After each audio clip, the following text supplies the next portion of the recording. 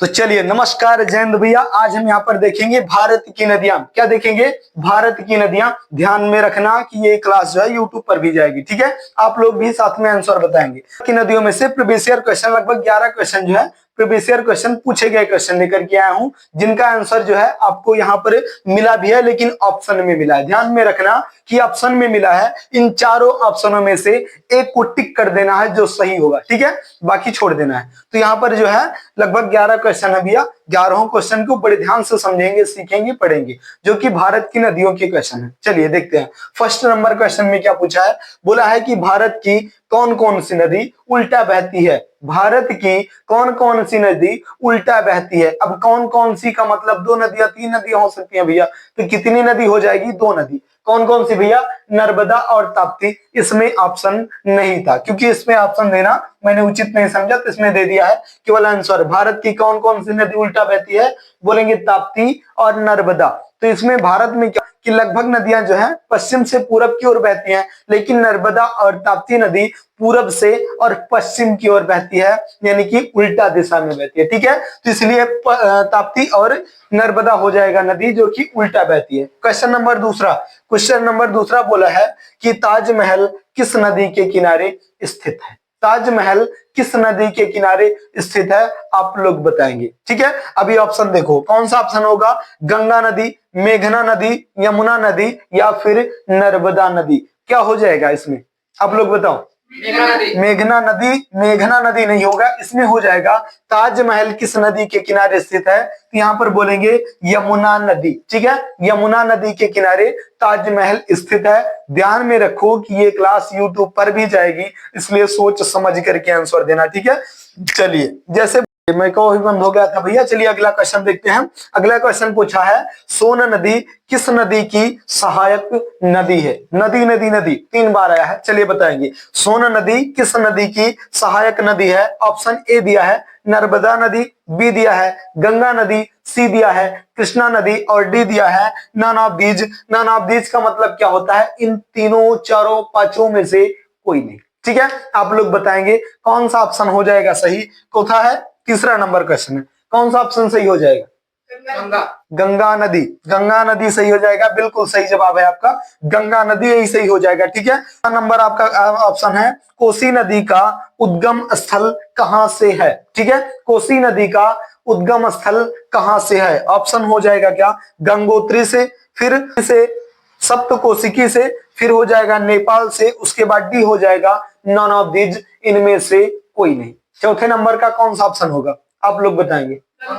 गंगोत्री से नहीं, गलत हो जाएगा। सी हो जाएगा नेपाल से, ठीक है, नेपाल से हो जाएगा। चौथा नंबर क्वेश्चन नेपाल से हो जाएगा।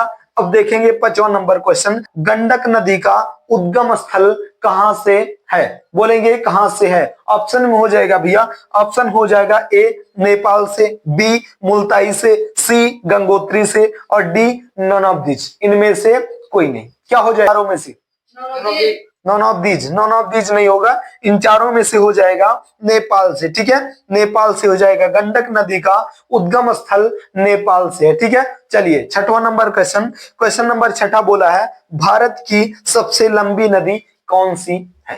ध्यान देंगे कि भारत की सबसे लंबी नदी कौन सी है। यद्यपि इसका आंसर जानते हैं आप लोग, तो कमेंट बॉक्स में आप लोग बताएंगे, और आप लोग जो है क्लास बंद हो जाएगी, जब कैमरा बंद हो जाएगा उसके बाद आप लोग बताएंगे, ठीक है। तो यूट्यूब वाले भाई जितने भी आप लोग देख रहे हैं, भारत की सबसे लंबी नदी कौन सी है आप लोग बताएंगे, क्योंकि आप भारत से हैं, तो इतना तो आपको पता होना चाहिए कि भारत की सबसे लंबी नदी कौन सी है। और मुझे विश्वास है कि 99% से ज्यादा लोगों को पता भी होगा कि भारत की सबसे लंबी नदी कौन सी है। तो आप लोग कमेंट बॉक्स में बताएंगे, ठीक है। चलिए 7वां नंबर क्वेश्चन, चिनाब नदी कहां से निकलती है।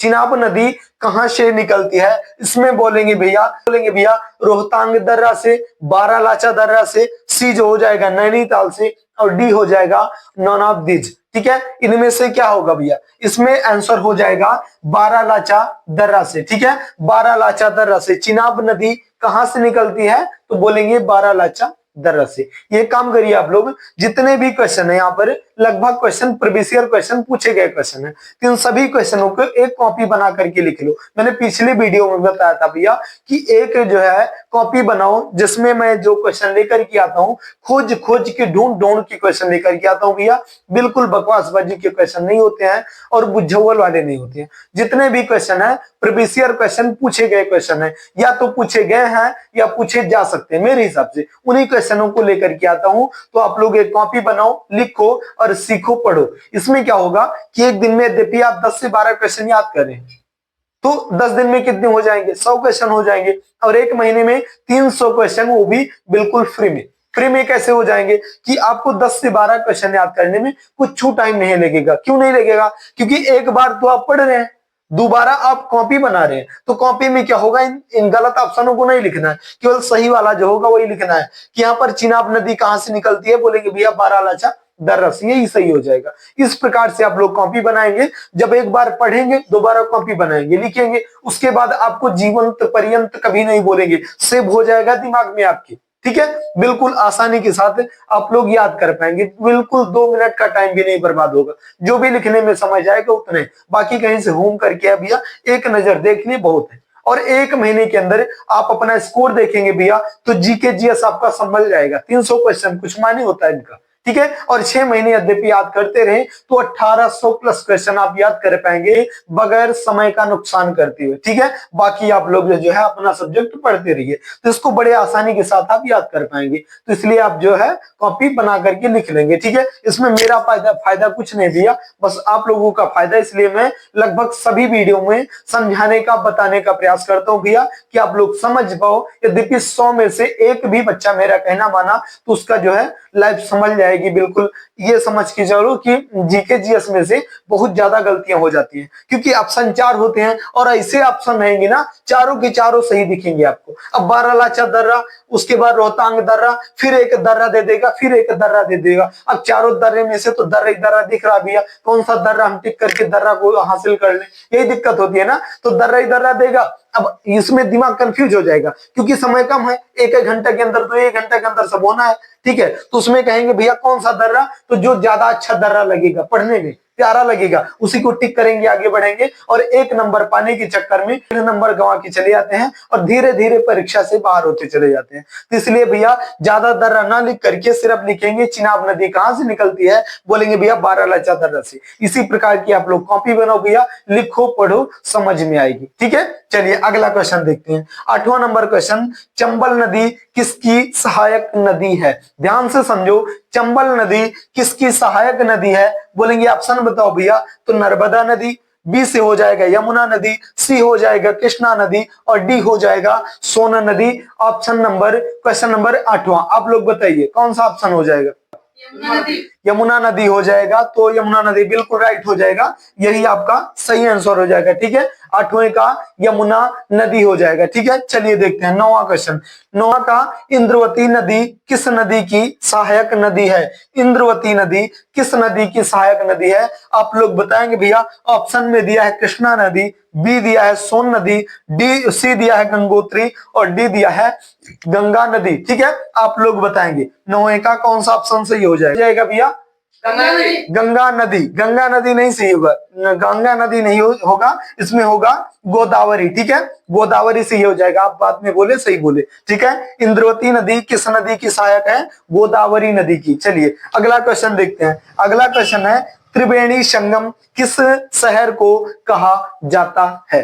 त्रिवेणी संगम किस शहर को कहा जाता है? भैया ध्यान से समझो, प्रयागराज, बी से हो जाएगा वाराणसी, सी हो जाएगा अयोध्या, या डी हो जाएगा नन ऑफ दी। देखो भैया ऑप्शन कैसे देते हैं, जिनको नहीं पता होगा बोलेंगे प्रयागराज, ये भी भैया स्थल है, वाराणसी ये भी स्थल है, और अयोध्या ये तो भैया देवताओं के भी देवता यहाँ पर वास करते हैं। तो कौन सा ऑप्शन सही दिया जाए? जिनको नहीं पता होगा कंफ्यूजन में आगे कि नहीं आगे, बिल्कुल आगे।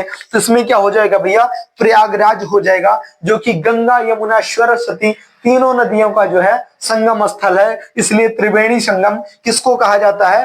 प्रयागराज को, ठीक है। प्रयागराज जो आपके तो अभी आपको दिखा था कि कुंभ मेला लगा है, कहां पर लगा था? प्रयागराज में, ठीक है। क्या शहर था इसका? पहले इसका नाम क्या था? इलाहाबाद था, लेकिन हमारे योगी आदित्यनाथ जी की कृपा से जो है फिर से प्रयागराज हो गया, जो कि हमेशा हमेशा के लिए प्रयागराज ही था। अभी बीच में इलाहाबाद हो गया था कुछ दिनों के लिए, लेकिन फिर से वो अपने सही जो है नाम पर आ गए हैं। प्रयागराज जो है तीर्थ स्थल है इसका। त्रिवेणी संगम किस शहर को कहा जाता है? बोलेंगे भैया प्रयागराज को, ठीक है। चलिए आगे बढ़ते हैं। 11वां नंबर क्वेश्चन, कौन सी नदी के तट पर अयोध्या धाम है? चलिए ये भी पूछने वाली बात है भैया, लगभग सबको पता रहता है कि यमुना नदी के तट पर है, लेकिन यहाँ पर जिनको नहीं पता होगा ऑप्शन में दिया है गंगा नदी। अरे गंगा नदी भैया, गंगा नदी तो सबसे पवित्र नदी है भारत की, तुरंत ही टिक मारेंगे बगैर कुछ सोचे। चलिए नहीं मारे। यमुना नदी, ये भी भैया बड़ी अच्छी नदियां हैं, पवित्र नदी। और कृष्णा नदी, कृष्णा नदी भगवान कृष्ण के नाम से देखेंगे वो भी मार सकते हैं।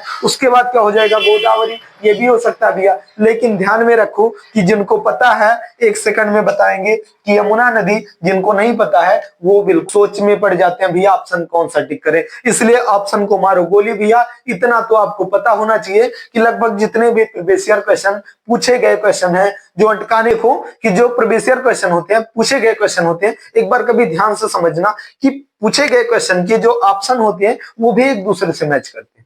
क्यों करते हैं पता है? जो एग्जामिनर सेट करता है वो पढ़ा लिखा होता है, ऐसे नहीं होता जो पाए वही पूछ ले और आप लोग बता के चले हैं। इस हिसाब से कर दे तो 33,000 वैकेंसियां निकली है यूपी पुलिस में, और पास करने वाले कितने होंगे पता है? कम से कम 3 लाख बच्चे पास करेंगे। पास करने के बाद भी फेल करना उनको, तो क्या होगा? फिर तो छांटने पड़ेगा। तो सिलेक्ट कितने होंगे? 33,000। पास कितने किए हैं भैया? 3 लाख। और परीक्षा कितने देंगे? कम से कम 40 लाख। 40 लाख बच्चे, और फॉर्म कितने भरेंगे? कम से कम 50 55 लाख 60 लाख, ठीक है। तो 60 लाख फॉर्म भरेंगे, 40 लाख पेपर देंगे, 3 लाख पास करेंगे। वैकेंसी कितने की है? 33,000 की। तो कैसे ऐसे तो फंसाएगा ऐसे ना। ये तो मैंने अपने तरफ से पूछ लिया था अयोध्या के बारे में, इसलिए क्योंकि जिनको नहीं पता हो जाएगा, लगभग सबको पता है। मैं कहता हूँ 100% पता हो सकता है, लेकिन पूछ लिया था, ठीक है। बताने के लिए कैसे भी पूछ सकता है। तो भैया जानते थे आपसे कौन सी नदी के तट पर अयोध्या धाम है? तो यमुना नदी के तट पर अयोध्या धाम है। यद्यपि समझ ही में आया भैया, पसंद आया है, थोड़ा सा भी सीख पाए हैं तो वीडियो को लाइक कर देना, चैनल को सब्सक्राइब जरूर कर लेना। तो चलिए भैया, ये अब जो है मैं थोड़ा सा हट जाता हूँ, आप लोग शॉर्ट स्क्रीन ले सकते हैं। जो आपके काम का क्वेश्चन होगा भैया उसको नोट कर लेंगे, बाकी जो है छोड़ देंगे, ठीक है। तो चलिए भैया, फिर मिलेंगे किसी अगली टॉपिक पर किसी अगले वीडियो में। तब तक के लिए लेते हैं इजाजत। जय हिंद।